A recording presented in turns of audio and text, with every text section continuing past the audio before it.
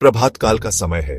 सूरज की पहली किरण जैसे ही अंधकार को चीरकर पृथ्वी पर आती है, उसी तरह पितृपक्ष की यह कथा मनुष्य के जीवन से सभी दोष, पाप और दरिद्रता को मिटा देती है। भगवान श्री कृष्ण ने गरुड़ जी से कहा, हे गरुड़, जब मनुष्य श्रद्धा से अपने पूर्वजों का स्मरण करता है, तर्पण और श्राद्ध करता है, तब उनके पितृ प्रसन्न होकर उसे वरदान देते हैं। उसका जीवन सूर्य की भांति प्रकाशमान हो जाता है। प्राचीन काल में रुचि नामक राजा थे। उन्होंने मोह माया त्याग कर वैराग्य धारण किया। यह देखकर उनके पितृ दुखी हो उठे। वे बोले, वत्स, विवाह और संतान के बिना न स्वर्ग मिलेगा न मोक्ष। हमारे वंश की वृद्धि और तृप्ति तभी संभव है जब तुम गृहस्थ धर्म अपनाओ।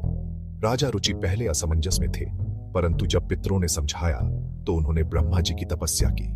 तब से प्रसन्न होकर ब्रह्मा जी ने कहा, वत्स, पितरों की पूजा करो, वे प्रसन्न होकर तुम्हें उत्तम पत्नी और संतान देंगे।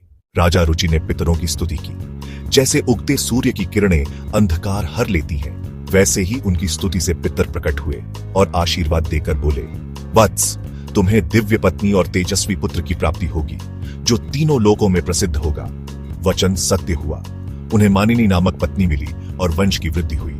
यही सिद्ध करता है कि जब पितर प्रसन्न होते हैं तो जीवन में समृद्धि, संतति और सफलता का सूर्योदय होता है। सूर्योदय के समय तर्पण, तिल, कुश और जल से श्राद्ध, सात्विक भोजन, ब्राह्मण व दीन दुखियों को अर्पित करें। गौ, कुत्ते और कौवे को भोजन, इन्हें पितरों का प्रतीक माना जाता है। पीपल और तुलसी पूजा, दीप जलाकर आशीर्वाद प्राप्त करें। दान पुण्य, अन्न, वस्त्र, अन्नदान और गंगा जल अर्पण। जिस प्रकार सूरज उगने पर अंधकार स्वतः मिट जाता है, उसी प्रकार पितृपक्ष की यह कथा सुनने और उपाय करने से पितृदोष समाप्त हो जाता है। जीवन में सुख समृद्धि का उदय होता है और पितरों का आशीर्वाद सूर्य की तरह सदा चमकता